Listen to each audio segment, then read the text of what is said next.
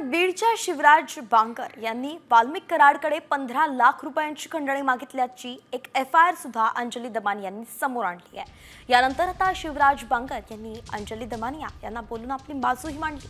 त्या दोघांच्या संभाषणाची कथित ऑडिओ क्लिप व्हायरल झाली आहे आणि त्यानं टोकाचं पाऊल उचलत आत्महत्या करण्याचा विचार केल्याचंही म्हटलंय।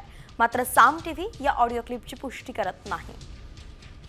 कॉमस्कोर नुसार आता isakal.com आहे देशातील नंबर 1 ची मराठी न्यूज वेबसाईट। प्रत्येक अपडेटसाठी isakal.com ला नक्की भेट द्या। 3 करोडची डिमांड केल्यानंतर त्या परळीच्या कार्यालयामध्ये आमची बैठक बसून तो विषय सगळा 1 कोटीवरती सेट झाला की तो समोरचे माझे सहकारी म्हणले मला त्रास नकोय।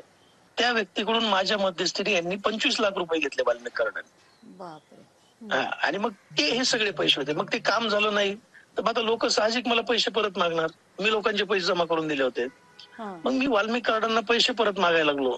किमान 1000 कोटी रुपये असतील वाल्मिक कराडांनी घेतलेत आणि लोकांचे परत नाही दिले। आणि मग मागायला आलं की त्यांना खोट्या गुन्ह्यामध्ये अडकव, त्यांना मारामाऱ्या कर, त्यांना धमक्या दे। पण ते माझ्या बाबतीमध्ये तेच मी थोडस जरा काय की मी काही त्यांना घाबरलो नाही, मी पैसे मागत गेलो। मग त्यांनी ते प्लॅन केला। 2020 ला मला बोलवलं आणि मला एक वेळेला 8 लाख आणि एक वेळेला 5 लाख माझ्याच पैशातले 13 लाख रुपये त्यांनी मला परत दिले, जे मला लोकांचे द्यायचे होते। तर 21 मध्ये वाल्मिक कराडने या सगळ्या लोकांनी मला MPDA ऍक्ट मध्ये जेलमध्ये टाकलं। संपूर्ण बीड जिल्ह्याला माहिती मी MPDA म्हणजे मी झोपडपट्टी दादा आहे का, कुठली क्रिमिनल कॉन्स्पिरसी नाही माझ्यावरती, मी कुठल्याही क्रिमिनल ऍक्टिव्हिटी मध्ये नसतो कधीच। मग मला जेलमध्ये घातलं। जेलमध्ये घातल्यानंतर मग परत म्हणजे फार चुकीच्या पद्धतीने या लोकांनी त्रास दिला मला। मी अक्षरशः 2023 ला सुसाईड करायला गेलो। बापरे।